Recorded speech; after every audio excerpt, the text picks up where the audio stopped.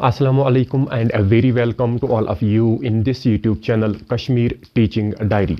Let us today we get started with the next video lecture for class 9th, and for today our topic is the revolution and the everyday life. आज के topic में हमने समझना है कि जो भी रेवोल्यूशनरी गवर्नमेंट आती है फ्रांस में, इस रेवोल्यूशनरी गवर्नमेंट के ज़रिए जो आइडियल्स या जिन आइडियल्स पर रेवोल्यूशन फ्रांस में लाया गया था, क्या उन आइडियल्स को एक रियल शक्ल दी जाती है, क्या उन आइडियल्स को रियलिटी में कन्वर्ट किया जाता है कि नहीं किया जाता है, और किस तरह से जो पॉलिटिक्स के ज़रिए, जो रेवोल्यूशनरी गवर्नमेंट की एक्टिविटीज़ के ज़रिए उसमें से जो फ्रेंच सोसाइटी होती है, कंप्लीट ट्रांसफॉर्मेशन किस तरह से होती है, उनके ड्रेस पर, उनके कल्चर पर, उनके बोलने पर, उनके बोलचाल पर, उनके हर एक वे ऑफ लाइफ पर इम्पैक्ट पड़ता है वाया रेवोल्यूशन। तो वही हमने पढ़ना है कि रेवोल्यूशन क्या था और जो एवरीडे लाइफ है अब फ्रांस में इस रेवोल्यूशनरी एक्टिविटीज़ के ज़रिए, इस रेवोल्यूशनरी गवर्नमेंट के ज़रिए किस तरह से जो रेवोल्यूशन के जो एस्पिरेशंस थे, जो रेवोल्यूशन के जो एक्सपेक्टेशंस थे, जो रेवोल्यूशन के आइडियल्स थे, उनको किस तरह से ट्रांसफॉर्म किया जाता है, एंड उनका क्या इम्पैक्ट होता है एवरीडे लाइफ पर, वही हमने आज के इस लेक्चर में समझना है। Revolution and everyday life. तो क्या पॉलिटिक्स के जरिए लोगों का जहन, या क्या पॉलिटिक्स के जरिए लोगों का पहनना, लोगों का रहन सहन चेंज हो सकता है, लोगों की जो आइडियोलॉजी है वो चेंज हो सकती है, लोग क्या लैंग्वेज बोलेंगे क्या वो चेंज हो सकता है। तो इसकी एग्जांपल हमें मिलती है फ्रेंच रिवॉल्यूशन से। फ्रेंच रिवॉल्यूशन ने करके दिखाया कि लोगों के जो ड्रेस था, लोगों का जो ड्रेस था उस पर भी इसका इम्पैक्ट था, लोगों की जो लैंग्वेज थी, जैसे हमने पढ़ा था कि फ्रेंच लैंग्वेज जो बोली जाती थी मोस्ट ऑफ द फ्रांस में या पेरिस में, उसी को डिक्लेयर किया जाता है as the official language of all of France. तो इसका मतलब भी है कि लैंग्वेज पर भी इम्पैक्ट पड़ता है, या बुक्स लोग क्या पढ़ेंगे, लोग कौन सा लिटरेचर पढ़ेंगे और लोग किस लैंग्वेज में पढ़ेंगे, तो इस पर भी कंप्लीट ट्रांसफॉर्मेशन आती है। तो यहाँ पर हमें कहा जाता है कि हाँ, पॉलिटिक्स के जरिए ये सब कुछ चेंज हो सकता है, बिकॉज कि फ्रेंच रिवॉल्यूशन में हमें ये सब कुछ देखने को मिल रहा है। कैसे? The revolutionary government took it upon themselves to pass the laws that would translate the ideals of liberty and equality into everyday practice.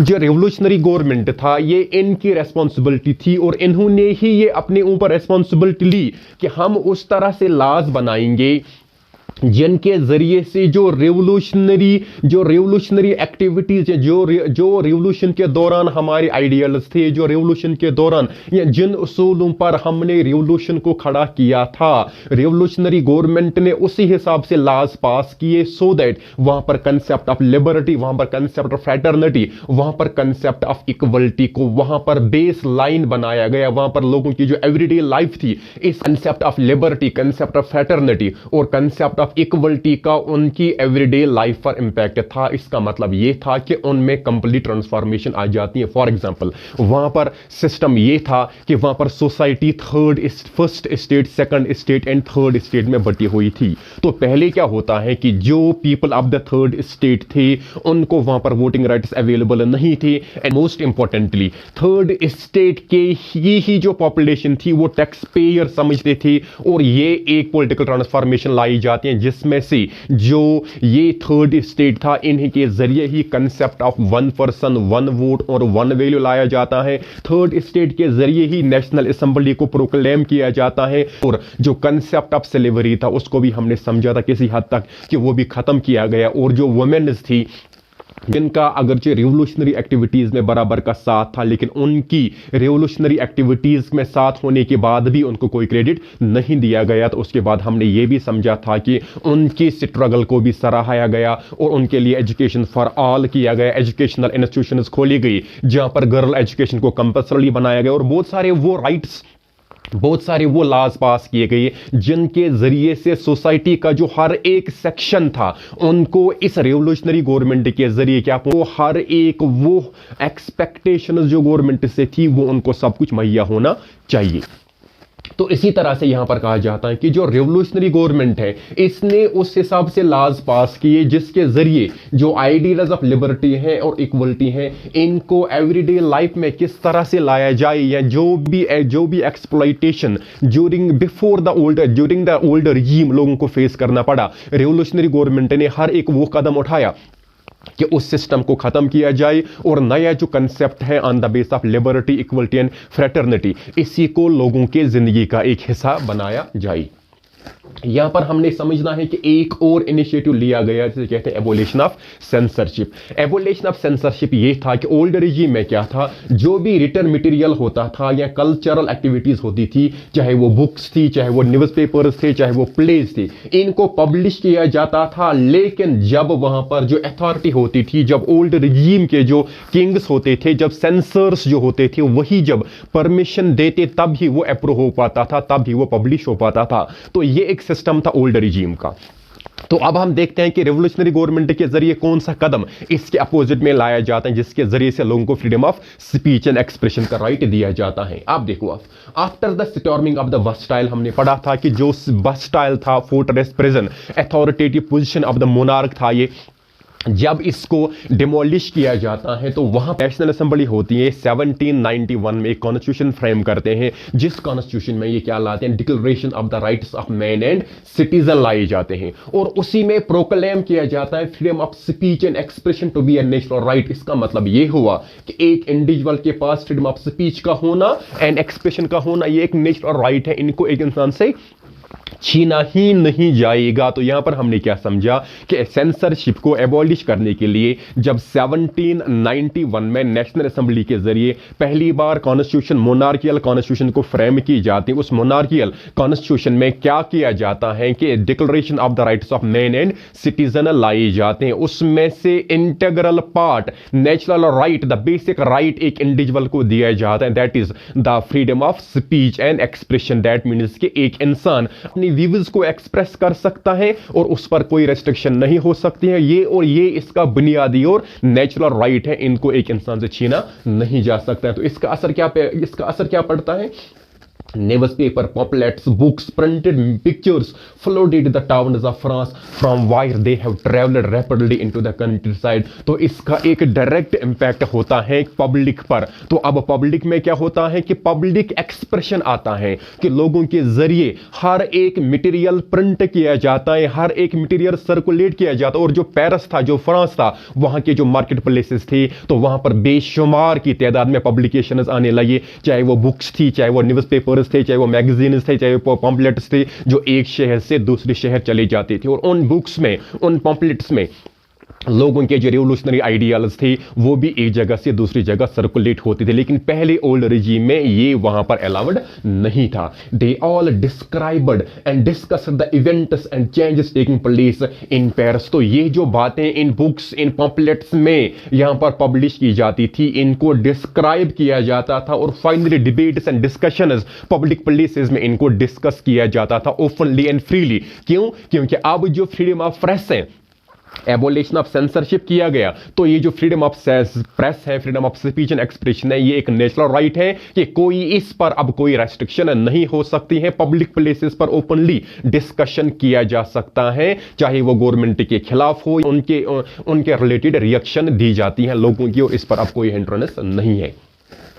तो यहां पर लिखा हुआ है कि एबोलिशन ऑफ सेंसरशिप जब किया गया, इसका मतलब यह भी हुआ कि यह फ्रीडम ऑफ प्रेस कहलाता है। क्योंकि एबोलिशन ऑफ सेंसरशिप जब किया गया, इसका मतलब यह भी हुआ कि लोग अपने व्यूज को फ्रीली एक्सप्रेस कर पाते हैं। जब लोग अपने व्यूज को फ्रीली एक्सप्रेस कर पाते हैं via printed material, via different material, तो इसको फ्रीडम ऑफ प्रेस के नाम से जानते हैं हम। तो फ्रीडम ऑफ प्रेस अगर हमने समझना होगा, इंडियन कॉन्स्टिट्यूशन में अंडर आर्टिकल 19 जो है ये हमारे पास फ्रीडम ऑफ प्रेस है। तो यहां पर फ्रीडम ऑफ प्रेस के जरिए क्या किया गया, इसका मतलब हुआ meant that opposite views and events could be expressed. इसका मतलब ये हुआ कि गवर्नमेंट के जरिए कोई पॉलिसी आती है, कितने लोग इससे मुत्फिक हैं इस पॉलिसी से, वो उसी हिसाब से रिएक्शन दे सकते हैं, और कितने लोग मुत्फिक नहीं हैं, कितने लोग एग्री नहीं करते हैं गवर्नमेंट की पॉलिसी से, वो उसी हिसाब से इन पॉलिसीज को क्रिटिसिज्म दे सकते हैं। यही होता है कि opposite views could now be freely expressed, कि अपोजिट व्यू जो है चाहे वो पॉजिटिव में हो या नेगेटिव में हो, वो आराम से एक्सप्रेस कर सकते हैं। अब यहां पर कोई रेस्ट्रिक्शन नहीं है। ये पहला फ्रीडम ऑफ प्रेस का ऑब्जेक्टिव कहलाता है।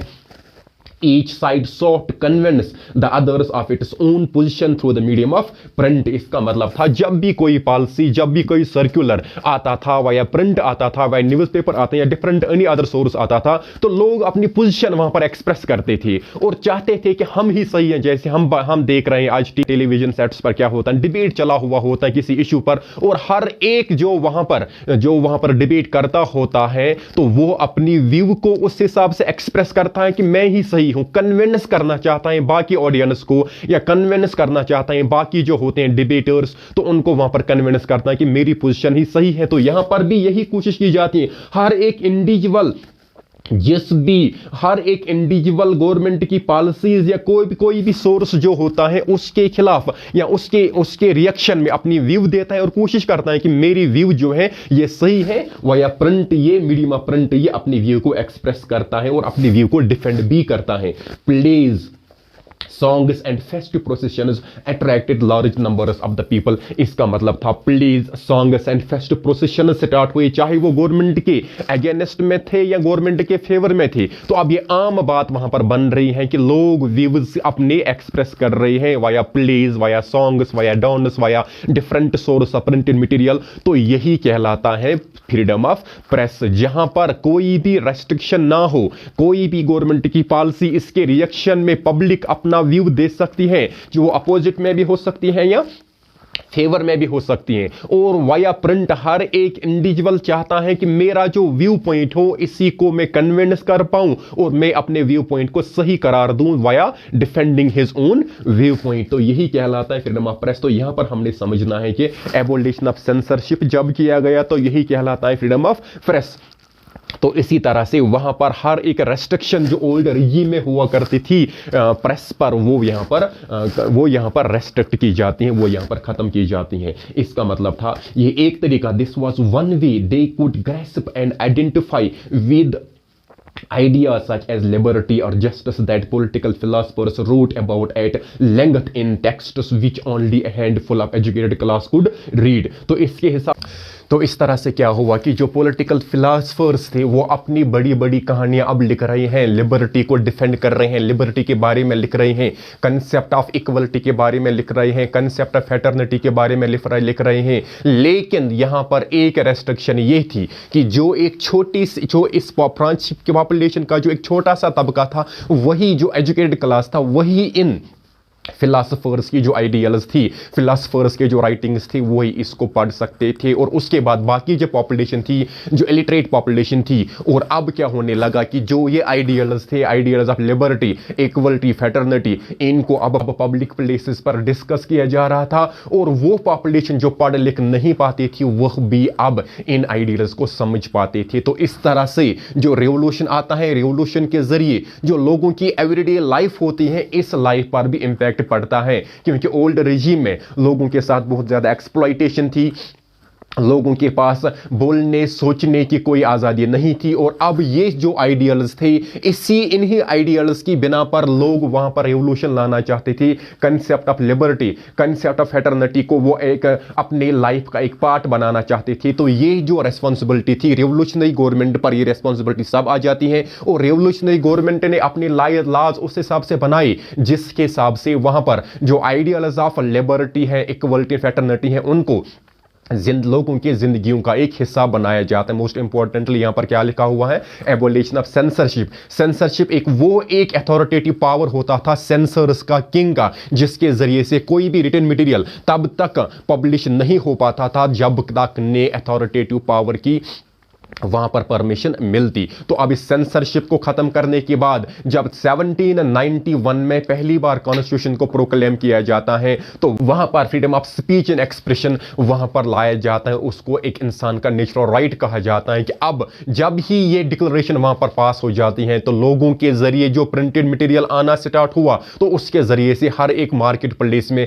हर एक प्रिंटेड मटेरियल अवेलेबल होने लगा और उन प्रिंटेड मटेरियल्स के जरिए लोग अपनी आइडियाज को एक्सप्रेस करने लगे, अपने नेशनलिस्ट थॉट को एक्सप्रेस करने लगे। तो इस तरह से ये जो एबोलिशन ऑफ सेंसरशिप हो रहा है इसका ये भी मतलब हुआ कि इसके जरिए फ्रीडम ऑफ प्रेस मिला लोगों को। इसका मतलब है कि लोग अपने व्यूज को एक्सप्रेस कर रहे हैं, चाहे वो गवर्नमेंट की जब भी पॉलिसी आती लोग रिएक्ट करते थे, चाहे पॉजिटिव करते थे या नेगेटिव। लेकिन ये जो सब इंपैक्ट था, अब जो पॉलिटिकल फिलोसफर्स थे वो भी अब बहुत बड़ी दास्तानें लिखने लगे about liberty, about fraternity, about equality. लेकिन ये जो पॉलिटिकल फिलोसफर्स थी इनकी फिलॉसफी को पढ़ने वाले वहां पर बहुत कम लोग थे, जो एजुकेटेड क्लास था, और उस पॉपुलेशन तक भी ये मैसेज पहुंचनी चाहिए थी जो एक इलिटरेट क्लास था। इसलिए पब्लिक प्लेसेस पर डिबेट्स, डिस्कशंस किए जाते थे और पूरी पॉपुलेशन को वहां पर अवेयर किया जाता था अबाउट द रेवोल्यूशनरी रिजीम और कौन से कदम रेवोल्यूशनरी गवर्नमेंट के जरिए उठाए जाते हैं जिनके जरिए से लोगों की जो लाइफ है वो कंप्लीटली